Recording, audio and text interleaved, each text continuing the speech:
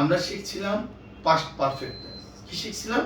Past perfect tense. আচ্ছা, আমরা যদি বলি আমি কাজটি করেছিলাম, আমি ভাত খেয়েছিলাম, আমি লেখাপড়া করেছিলাম, এই কথাগুলো বললে আমরা মনে করব এটা পাস্ট ইনডিফিনিট টেন্স। কিন্তু আমাকে যদি পাস্ট পারফেক্ট টেন্স করতে হয় তাহলে পূর্বে বা পরে অবশ্যই লাগবেই। কি লাগবে? পূর্বে বা পরে উল্লেখ থাকতেই হবে।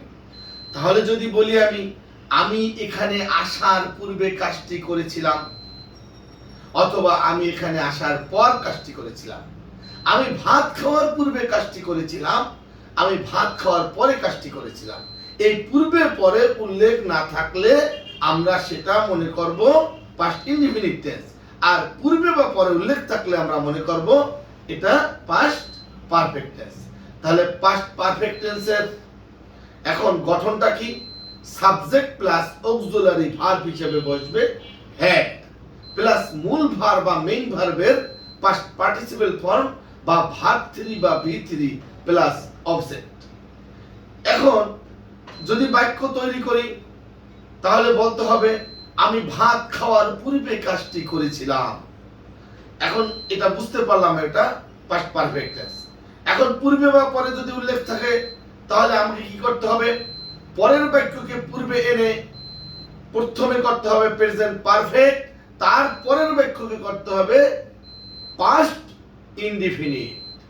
আর যদি পরে উল্লেখ থাকে তাহলে পরের বাক্যটিকে প্রথমে এনে করতে হবে পাস্ট ইনডিফিনিট এবং পূর্বের বাক্যটিকে পরে নিয়ে করতে হবে পারফেক্ট অর্থাৎ পাস্ট পারফেক্ট। তাহলে বাক্যটি শোনেন, আমি এখানে আসার পূর্বে ভাত খেয়েছিলাম, অথবা আমি ভাত খাওয়ার পূর্বে কাজটি করেছিলাম। তা এখন আমি ভাত খাওয়ার পূর্বে কাজটি করেছিলাম, তাহলে I had done the work. পরের বাক্যটা I had done the work, আমি কাজটি করেছিলাম কিসের পূর্বে? বিফোর। কি? Before eat rice. Before eat rice মানে বিফোর মানে পূর্বে, ইট রাইস মানে ভাত খাওয়ার পূর্বে। এবারে যদি বলি আমি কাজটি ভাত খাওয়ার পরে করেছিলাম তাহলে বলবো আই ডিড দ্য ওয়ার্ক। প্রথমে করব কি করব? Past indefinite. I did the work after had eaten rice, আর পরে করব পারফেক্ট। ধন্যবাদ। আপনি না বুঝলে আবার বলবেন, আবার বুঝাই দেব। যদি 100 বারে বললেও না বোঝেন তাহলে যতবার না বোঝেন ততবার বুঝাই দেব।